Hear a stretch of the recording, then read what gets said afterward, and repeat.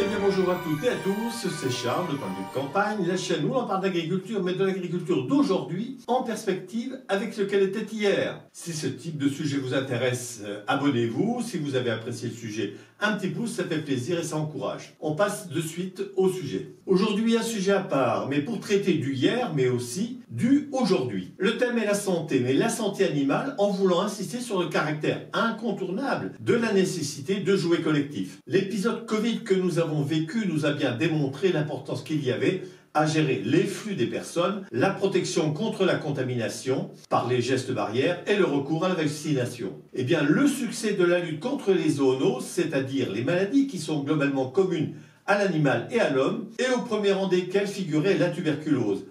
La tuberculose n'a été possible que grâce à l'action collective. C'est un vétérinaire des Vosges, André Barbier, qui va défendre ce concept dès 1936 et on verra l'aboutissement en 1954, près de 20 ans plus tard, avec la création des GDS, c'est-à-dire des groupements de défense sanitaire. Le concept est de réunir administration vétérinaire, vétérinaires et éleveurs autour d'un objectif commun, engager globalement les éleveurs dans une démarche de contrôle puis d'assainissement. C'est cette démarche globale qui démarre en 1954 et dont on fête en ce moment les 70 ans, qui a démontré son succès et ce n'est pas fini. Je vous fais une rétrospective sur la façon dont cela s'est passé dans les Vosges, un département de polyculture élevage. Bonjour à vous, aujourd'hui on va essayer de retracer les 70 ans d'histoire du GDS des Vosges. C'est une structure essentielle qui incarne l'action collective pour protéger la santé animale et garantir la pérennité de l'élevage dans le département. Depuis sa création en 1954, le GDS des Vosges a marqué chaque étape de l'histoire sanitaire des élevages. Son rôle a été déterminant dans la lutte contre les grandes maladies du cheptel et dans la préservation de la santé publique et même dans l'amélioration des performances des troupeaux. Pour comprendre son importance, il faut remonter à ses origines et à son rôle crucial dans l'histoire sanitaire vosgienne. Il a conduit cette action au titre des éleveurs, mais il ne l'a pas fait seul. C'est grâce à la bonne coordination avec l'administration vétérinaire et les vétérinaires que ces résultats ont pu être acquis. Nous allons voir comment et même, pour commencer, évoquer les temps d'avant.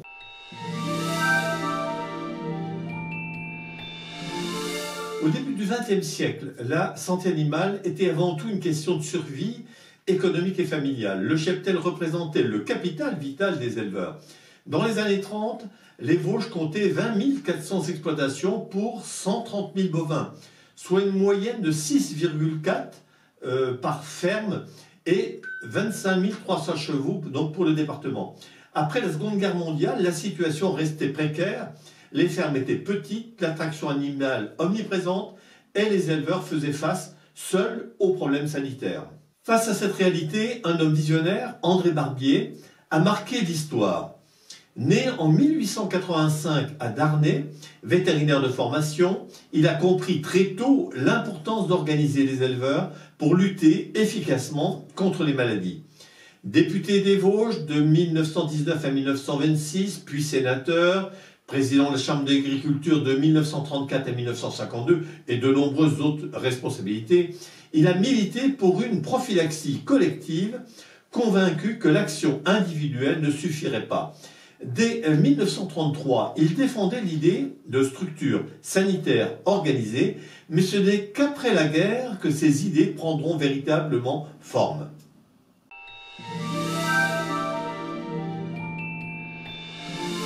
L'État reconnaît officiellement la nécessité d'organiser les prophylaxies animales. Le 21 juin 1954, le ministre de l'Agriculture de l'époque, Roger Houdet, publie une circulaire révolutionnaire pour l'époque, posant les bases des groupements de défense sanitaire. Ces structures devaient encourager l'action collective, imposer une discipline sanitaire et associer éleveurs, vétérinaires et administration vétérinaire. Dans les Vosges, le GDS est fondé dès le 3 février 1954 à Épinal lors d'une réunion animée par le directeur des services vétérinaires de l'époque, le docteur René Avelange. Parmi les membres fondateurs, on retrouve les responsables de la FDSEA, de la Chambre d'agriculture, des vétérinaires, mais aussi des négociants en bestiaux, du centre d'insémination, du nouveau contrôle laitier et de la DDA.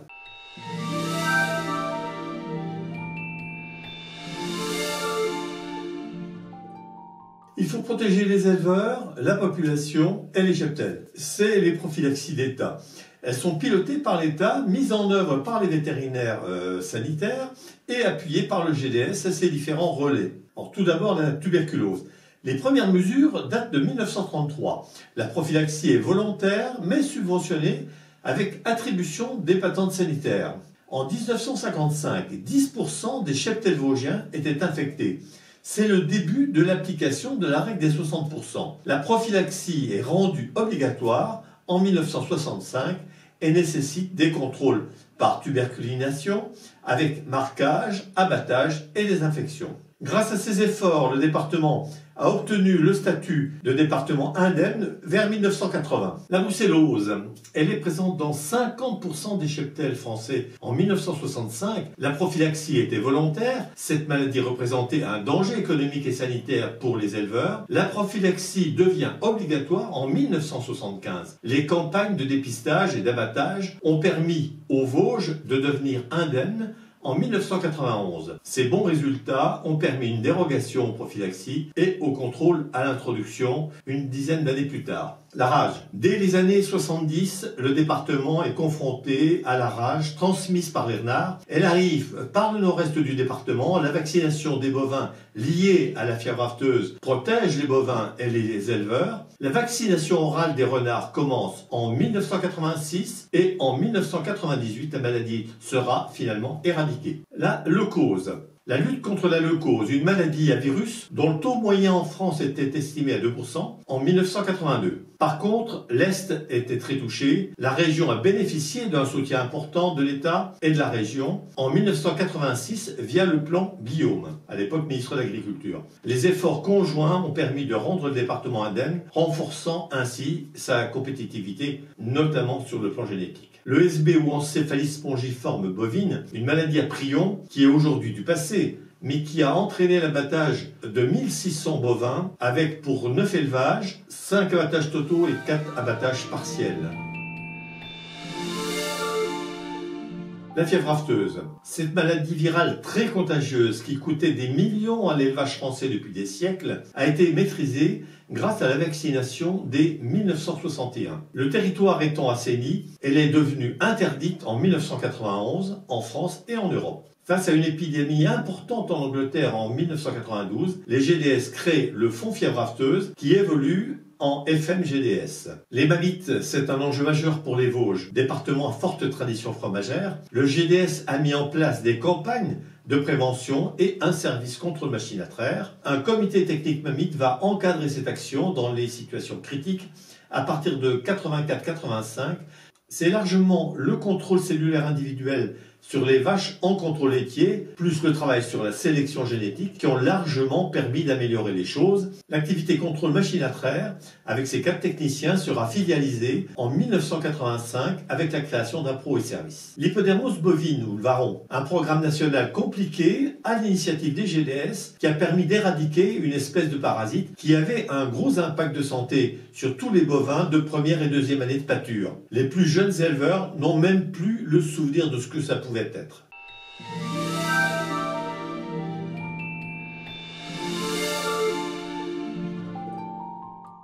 Une organisation efficace. Dès le départ, le GDS s'est structuré pour mobiliser efficacement les éleveurs. Au départ, le GDS est calqué sur les structures de la FDSEA. Il faut remettre cela dans le contexte où il y a 20 000 éleveurs. Les délégués cantonaux relaient les informations et motivent les éleveurs à s'impliquer dans les actions collectives d'assainissement. En 1954, les syndicats locaux portent les messages sanitaires. À cette époque, c'est Jean Leclerc, qui est directeur de la FDSEA, qui assume la direction administrative du GDS. La partie technique est assurée par le DSV. Le GDS, grâce aux cotisations, finance jusqu'à 5 secrétaires travaillant à la DSV. Les derniers postes seront supprimés et départementalisés plus précisément sous la présidence de Gilbert Clément, avec à l'époque Paul Boiteux comme DSV. En 1972, le GDS se dote de structures cantonales qui élisent des délégués puis des administrateurs répartis par arrondissement. Avec la baisse du nombre d'éleveurs, ce dispositif a évolué, la partie technique a beaucoup augmenté. Un conseil d'administration, une sorte d'interprofession du sanitaire, où siège de droit le directeur de service vétérinaire, les vétérinaires et les différentes OPA, plus le département. Des moyens adaptés aux besoins des éleveurs. Pour mener à bien ces missions, le GDS a progressivement renforcé ses moyens, l'IPG. Dès 1983, le GDS met en place l'identification par délégation de l'EDE, une identification systématique de tous les bovins. Elle permet d'assurer un suivi sanitaire rigoureux. Cette double identification se substitue à la seule boucle laiton. Elle était assurée par une vingtaine d'agents identificateurs vacataires. Il est créé un inventaire généralisé du cheptel vosgien, informatisé, qui permettra de générer d'aube DAB aujourd'hui, ASDA, carte verte. Cette action importante occupera entre 3 et 4 personnes en saisie et un technicien, Jean-Luc Houot. Elle évolue après une période de test initiée par le CPDE et Daniel Gremillet en une identification mise en place par l'éleveur sous le contrôle du GDS, puis de l'EDE et de la DSV. La contention des animaux. Le GDS a encouragé de façon constante les solutions pour une contention sécurisée, indispensable pour la réalisation des prophylaxies, et cela évidemment dans de bonnes conditions. L'équipement en matériel de contention est essentiel pour manipuler des bovins en toute sécurité et c'est toujours d'actualité. Le contrôle machine à traire, avec ses 3-4 techniques contrôleurs, ce sera le moyen de mettre en place des plans de lutte mamite avec la traite chez l'éleveur, test CMT, contrôle machine à traire. On peut ajouter dans les prestations que le GDS rendait la désinfection, le rainurage des sols et autres services. Maintenant, au niveau des locaux et des équipements, le GDS, qui a commencé avec la FDSA rue Frisenhauser, puis au 14 quai Colonel Serrault, est monté sur le plateau de la Colombière, au château, en 1979. Et depuis 1989, le GDS dispose de ses propres locaux, 102 rue André Vitu, à Épinal. Un centre stratégique pour coordonner ses actions. L'information est également un facteur de réussite important. Si le paysan vosgien a été, depuis le début, un relais des messages sanitaires, il s'est évidemment ajouté aux autres médias aujourd'hui disponibles pour atteindre les éleveurs.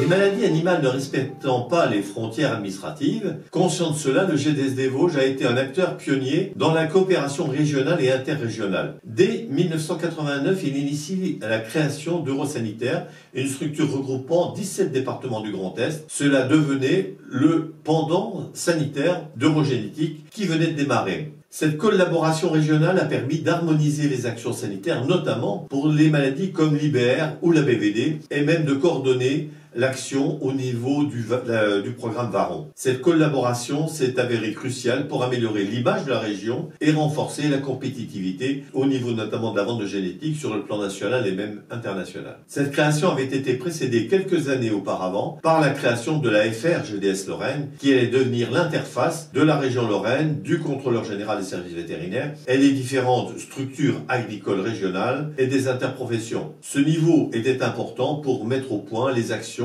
et faire des demandes de financement.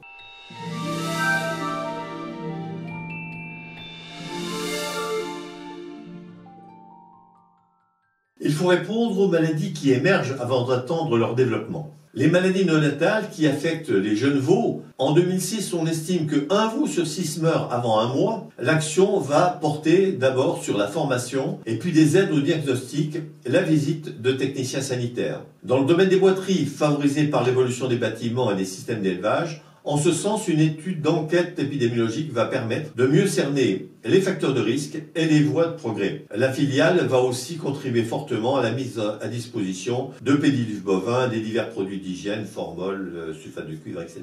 Agir aussi face aux risques des maladies émergentes. Après les zoonoses, les maladies réglementées, le GDS doit aujourd'hui faire face à des pathologies émergentes à fort impact économique. Tout d'abord l'IBR, cette maladie virale très présente dans les régions de troupeaux laitants, est notamment rentrée dans notre département laitier à la faveur de la création de troupeaux viande en annexe du lait, dans le prolongement de l'application des quotas à partir de 1984. Les premiers bilans sur lait de mélange ont commencé en 1990 avec encouragement au contrôle sur l'introduction et en 2012, de nombreux nouveaux cas conduisent à une mobilisation générale. En 2022, le nombre d'élevages positifs est encore de 4,8% et aujourd'hui ce taux a été ramené à 0,7 sans nouvelle contamination, c'est dire les progrès. Cette action va occuper jusqu'à 2 personnes à plein temps. La BVD, si l'impact clinique est variable selon les élevages, en 2002 on détecte 93% de cheptels laitiers positifs sur lait de mélange. À partir de 2012, le GDS commence à délivrer 4500 attestations de bovins non IPI. Elle est réglementée depuis le 1er août 2019. La situation s'est bien améliorée avec aujourd'hui 91% des élevages avec statut favorable et 0,4% des élevages infectés, et cela grâce à l'action conjuguée de l'aide technique et financière, de la mutualisation des coûts d'éradication. La paratuberculose, une maladie endémique qui faisait l'objet de plans individuels à partir de 1993, a évolué vers une action collective ciblée avec une surveillance et la mise en place de plans d'assainissement. La benoîtiose. Cette maladie fait l'objet d'une surveillance attentive, même si le taux d'élevage contaminé est encore faible. Un plan d'action est en cours pour limiter son impact. La fièvre Q, qui est une zoonose, est entrée dans le champ des maladies à surveiller à cause de ses diverses implications. La prévention et l'innovation. Grâce à l'informatique, la transmission de données, le GDS continue d'améliorer le suivi sanitaire. La formation des éleveurs et la diffusion des bonnes pratiques restent également des priorités. Elle est également engagée dans des divers lieux de formation, des jeunes générations, des maisons familiales en passant par les lycées et autres, et lors des divers concours et comices.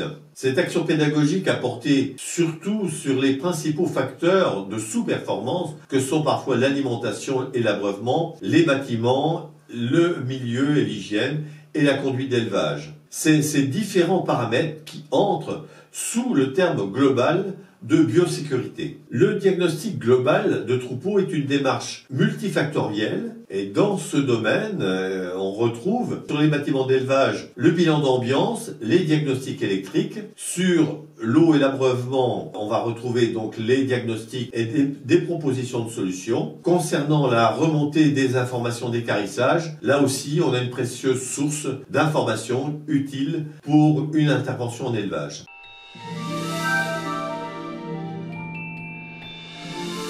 Un mot de conclusion. Depuis 70 ans, le GDS des Vosges incarne la réussite d'une action collective unique et efficace, grâce à la mobilisation des éleveurs, des vétérinaires et des partenaires institutionnels. Le département a relevé des défis sanitaires majeurs. Aujourd'hui, il continue de jouer un rôle essentiel face aux nouvelles menaces sanitaires. Et au-delà de la santé animale, le GDS des Vosges a contribué à améliorer la qualité de vie des éleveurs, à assurer la pérennité de l'élevage vosgien. Une belle histoire collective qui, sans aucun doute, continuera d'évoluer pour relever les défis sanitaires de demain.